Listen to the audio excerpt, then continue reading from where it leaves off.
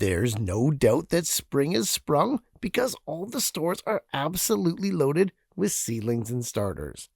Peppers, cucumbers, herbs, greens, and of course tomatoes. The only issue is we need a place to plant them all.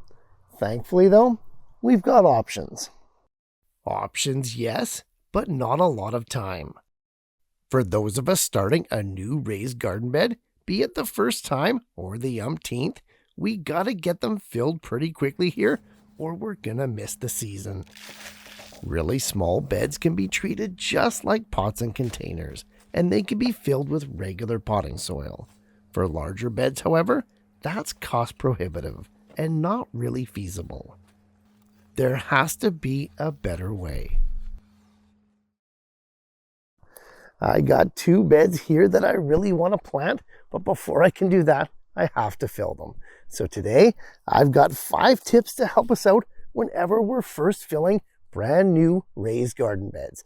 5 things to consider to save us time, money, and the hassle so that we can start out the season on the right foot.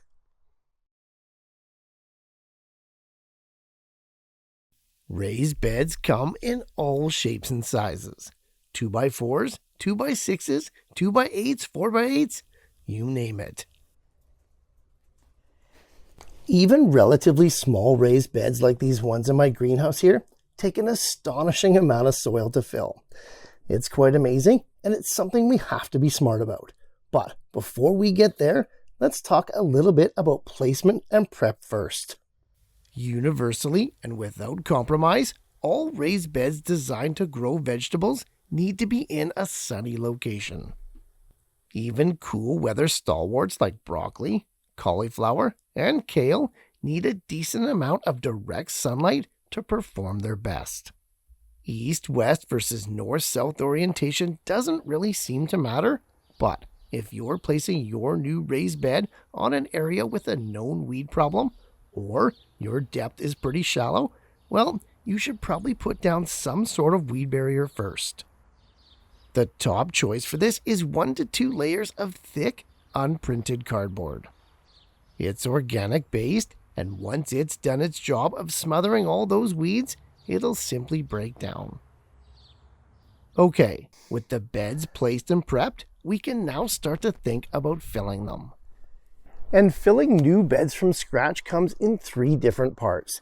3 layers, if you will. You got your coarse brown materials, your fine green raw materials, and finally a layer of topsoil. Sure, we could fill these guys up with just pure topsoil, but that would cost so much and be so much work. So let's get to those layers, starting with the coarse brown materials. This is going to be things like untreated scrap wood, large twigs and branches, cardboard, and even large logs. The idea here is to fill the bottom of the beds with large organic materials that are going to take a long time to break down. Sometimes even years. But as they do break down, they're going to support soil microfauna, structure, drainage, and most importantly, moisture retention. This layer, as with all 3, should be organic in origin, and it needs to cover about 1/3 of the depth of the bed. Okay, with that first layer done, we can now go ahead and focus on the second, which is going to be those fine raw greens.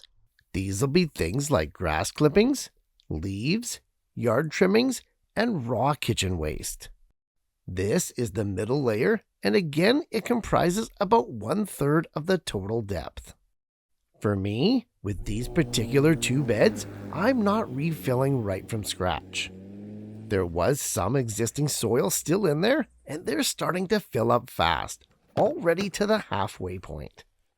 So in this case, I'm just going to put a skim coat of grass clippings right on top of that first coarse layer. It's okay to modify this process, it's all going to end up good in the end. The green layer, much like the bottom coarse one, does serve a purpose though. It's all about the quick nutrients and setting up the environment so that the soil profile is able to support the life we plant. And that takes us through our first 2 layers. coarse browns, and fine greens, all materials that we should be able to source for free. The next layer, the topsoil, well, that's going to be our biggest expense other than possibly the beds themselves. Not many people have that much topsoil lying around, even if we're only filling 1/3 of the bed. So let's hop in the truck and go and get some. I normally have enough of my own fresh compost to mix in and replenish my raised beds, but this isn't going to be the case when we're starting from scratch. It's simply too much fill even for these moderately sized beds.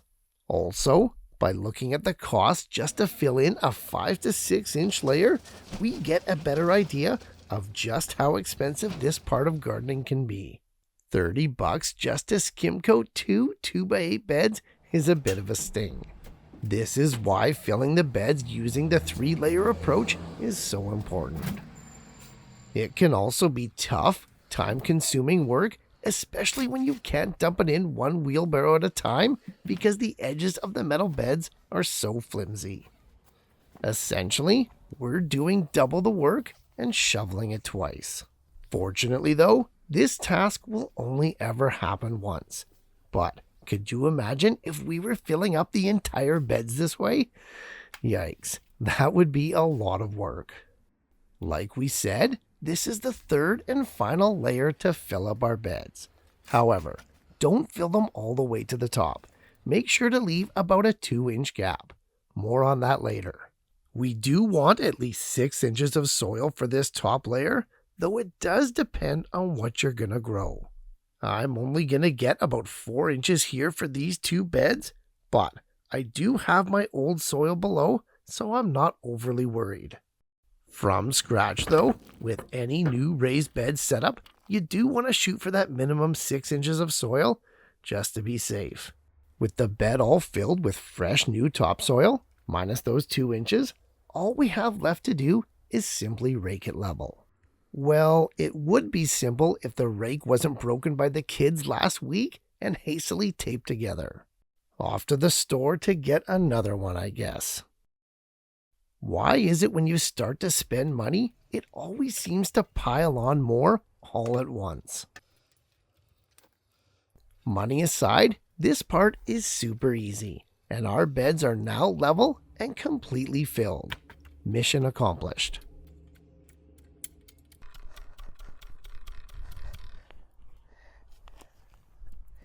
Now, the 3 levels of heterogeneous organic matter lends itself to some pretty decent drainage, which is also a big benefit of growing in raised beds in general. However, if your soil is heavy, clay-based, compact, or in danger of becoming so, now would be the time to rectify it by cutting that topsoil layer with about 10% sand. Normally this isn't necessary, and it's only in those extreme cases with those clay-type soils. However, if you ever had to amend for drainage, right now is the time when you do it. Okay, the beds are in the right location, filled with the right mixture, and they're all nice and level. All we can think about is planting them. One more thing to consider though, would be our final tip for filling brand new raised beds, and it goes back to that 2-inch gap that we left at the top. This space was on purpose and by design, and not because we were lazy or ran out of soil. We leave a 2-inch space from the top of the soil level to the top of the bed to remind us that we have to mulch. In your garden, as it is in nature, bare soil is a complete no-no.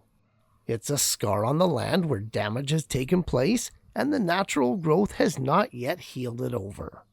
While not quite the natural disaster in our gardens, bare soil does quickly lose its ability to support life. Erosion, desiccation, wind damage, and temperature extremes can all kill topsoils faster than you can think.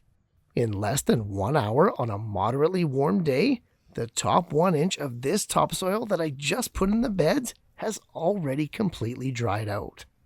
We have to leave at least a 2-inch space for a mulch layer every time we plant out our beds, but especially the first time. Doing so is going to allow us to water less, mitigate those temperature extremes, and even save on fertilizers and supplemental nutrients. Mulching is a big deal, but then again, so is filling up brand new raised beds for the first time. We want to make sure that we get it right. So, with that in mind, let's recap those main points so that they all stick.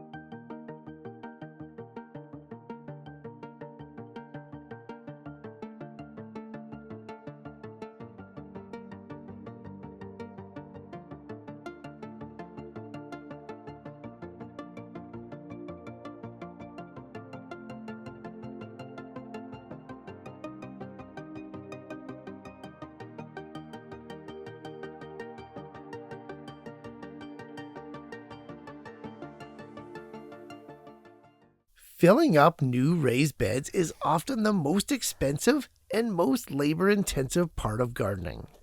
But it doesn't have to be. Hopefully these 5 tips help you on your gardening journey this year, and you can focus more on the plants instead of the hard work.